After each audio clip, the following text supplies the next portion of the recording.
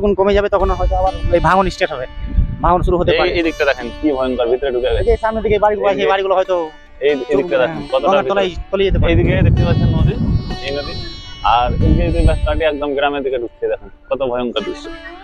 এই যে বস্তিটার পরেই গ্রাম, অনেকগুলো বাড়ি রয়েছে, হয়তো বাড়িগুলো অনেক আতঙ্কে রয়েছে।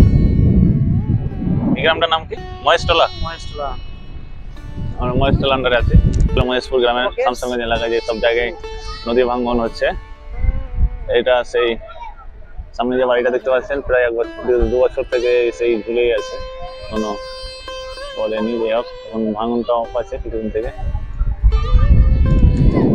লোকজনের আনাগোনা হচ্ছে, দেখতে পাচ্ছেন ঢেউ স্টাইল নিয়ে দেখে নদীর ঢেউ এখন উত্তাল। এই ঢেউটাই বেশি ক্ষতি করছে, যেগুলো ডাঙাগুলো ভেঙে দেওয়া হচ্ছে, দেখতে পাচ্ছেন কন্ডিশন।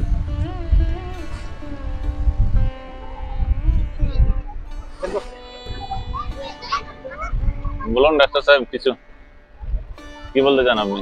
নদী ভাঙনে কি আর বলবো, মানুষের দুঃখ কষ্ট আসতে সরকারকে কি মেসেজ দিতে চান? সরকারের দায়িত্ব হলো, দেখেন যেসব বাড়িগুলো ভেঙে গেছে, এগুলো যারা থাকতে পারছে না বাড়িতে তাদের। কিন্তু রাজ্য সরকার বলছে যে, এদিকে আসুন একটু কথা বলুন। রাজ্য সরকার বলছে যে এটা কেন্দ্র সরকার আন্ডারে পড়ছে, অর্থাৎ যে ফারাক্কা ব্রিজ ওখান থেকে যে 120 কিলোমিটার ডিস্টেন্স যে তত্ত্বাবধানে আছে, তার দুপাশ সমান হয়।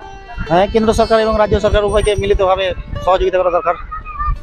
কই কেউ করছে না তো, রাজ্য সরকার যে আন্ডারে সরকার পরিত্যাগ করেন।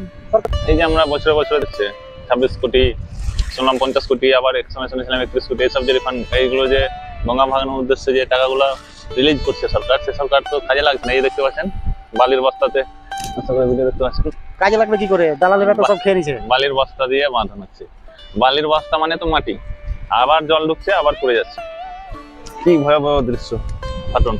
আর এখন যে নদী উত্তাল দেখতে পাচ্ছেন, নদী ভয়ঙ্কর জায়গায় চলে গেছে, যেহেতু বৃষ্টি আসছে এখন। কি নদী, সমুদ্রের মতন উত্তাল দেখতে পাচ্ছেন। নদী সম্পর্কে কি বলেন? এই হাওয়া, এই বাতাস, কি বলবো একটু বলো, এদিকে দেখে বলো। এখন তো জলের স্তর অনেক বেশি, গঙ্গা একদম ভয়ঙ্কর রূপ নিয়ে নিয়েছে। নদীর কিনারায় আসাটা ঠিক। এখন নতুন করে আবার বৃষ্টি শুরু হলো, হয়তো আপনারা জলটা হয়তো একটু আছে।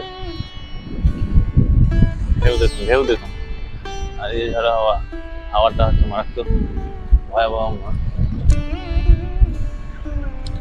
এদিকটা দেখতে পাচ্ছেন, এদিকটা হচ্ছে ফারাক্কা ব্রিজ রয়েছে, আর এদিকে রয়েছে একদম মালদা ডিস্ট্রিক্ট, এসব মালদা আন্ডারে পড়ছে, মালদা ডিস্ট্রিক্টের এদিকে গিয়েছে আপনার বাংলাদেশ বর্ডার।